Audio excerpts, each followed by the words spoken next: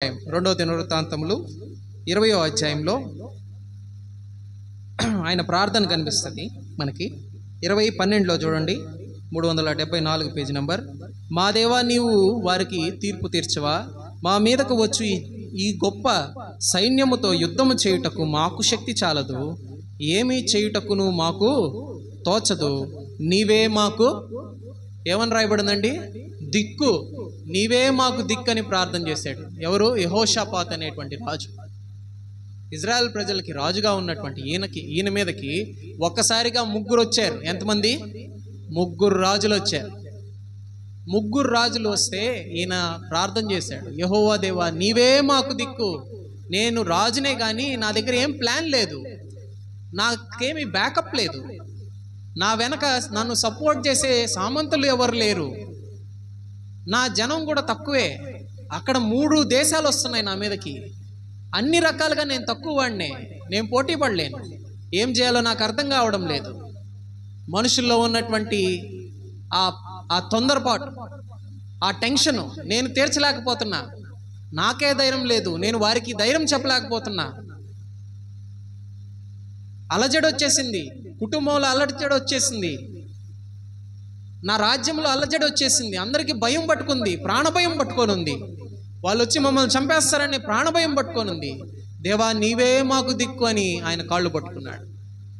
వీళ్ళు కనీసం కత్తి కూడా పట్టుకోలేదంట, కేవలం పాటలు పాడితేనే వాళ్ళే ఒకరు చంపుకున్నారంట.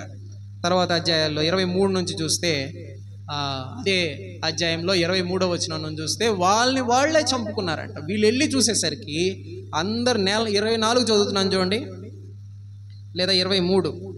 అమోనీయులు, మోయాబీలు, సెయీరు, మన్యా నివాసులను భుక్తిగా చంపి నిర్మూలం చేయవలనని పొంచి ఉండి వారి మీద పడిరి.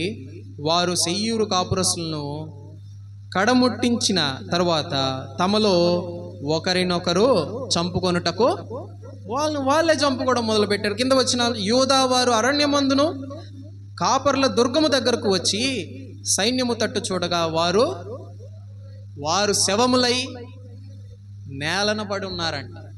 మన మీదకి వ్యతిరేకంగా ఉన్నటువంటి మనుషులు, మన మీదకి వ్యతిరేకంగా ఉన్నటువంటి ప్రభుత్వాలు, మన మీదకి వ్యతిరేకంగా ఉన్నటువంటి ఎవరైనా సాతానుడైనా సరే భయపడాల్సినటువంటి అవసరత లేదు.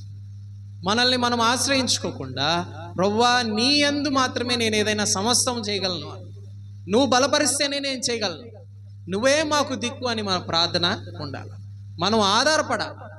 చాలామంది ఎక్కడ సన్నగిలిపోతారంటే, ఏదైనా బాలేకుండా వస్తే కదా, ఏదైనా అప్పులో వచ్చి ఇంటి ముందు అరిస్తే, ఎవరైనా మనిషి చనిపోతే ఇంట్లో అసలు వాళ్ళని ఓదార్చేటువంటి పరిస్థితి ఎవరికి ఉండదు. అది అనుభవించేటువంటి వారికే తెలుస్తుంది కానీ ఇంకెవరికి తెలియదు. ఏదన్నా అవమానం జరిగితే ఎప్పుడు మాట అనిపించుకోకుండా ఒక మాట విధులు అనిపించుకుంటే ఆ అవమానం, ఆ నింద, ఆ అప్పు తీర్చలేని పరిస్థితుల్లో వాళ్ళు అడిగే మాటల్ని భరించలేనటువంటి పరిస్థితులు నువ్వు ప్రార్థించాలా. ఆ సమయంలో ప్రభువా నీవే నాకు దిక్కు, వీళ్ళందరూ నా మీదకి వస్తున్నారు, నీవే నాకు దిక్కు. యెహోషాపాతు అలాగే ప్రార్థన చేశాడు. రాజు అయినా కూడా కదా, తనకున్నటువంటి వాటిని చూసుకోకుండా ప్రభువా నీవే నాకు దిక్కు అన్నాడు. మనం కూడా ప్రభువుని ఆశ్రయించే యెహోవా దేవుడుగా కలిగినటువంటి జనులు ధన్యులు అని చూస్తున్నాం. ఆయన బలాన్ని ఆశ్రయించాలి.